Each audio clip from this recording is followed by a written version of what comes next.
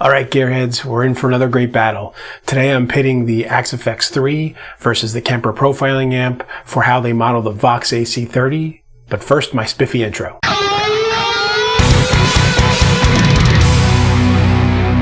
So this is the third one of these videos that I'm shooting now, where I take a specific amp and compare it on these two units.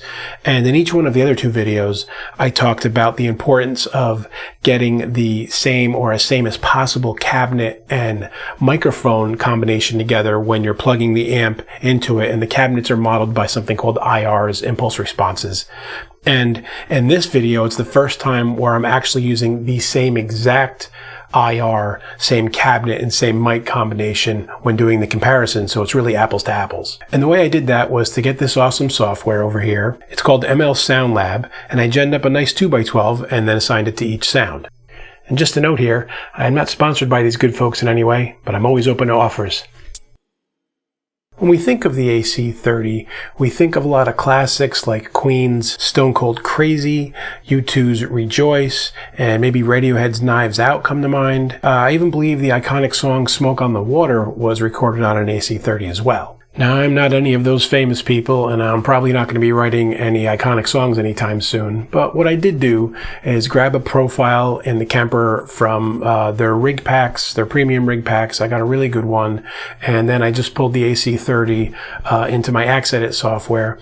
Both the Kemper and the Fractal got the same cabinet, as I said, and this little mini song that I made is going to feature a clean section, mid-gain, and a high-gain section, and I will label them Unit 1 and Unit 2 as I go, so you can kind of play the guessing game and see if you know which one is which, and of course I'll tell you when the whole thing's over. So all that said, let's make some noise.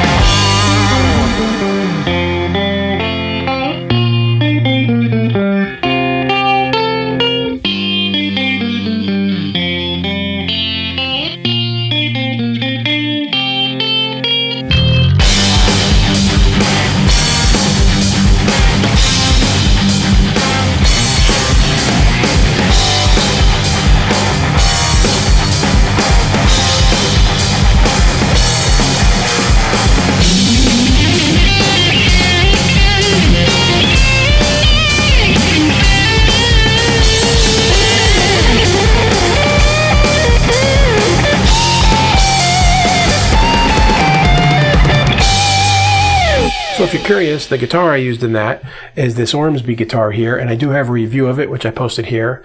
And for each one of these, if you noticed, I use the same exact pickup setting so that we're making sure that we're comparing them honestly. And in both instances where there was gain, mid-gain, and high-gain leads and rhythms, unit number 1 was the Kemper, and unit number 2 was the Fractal Axe FX.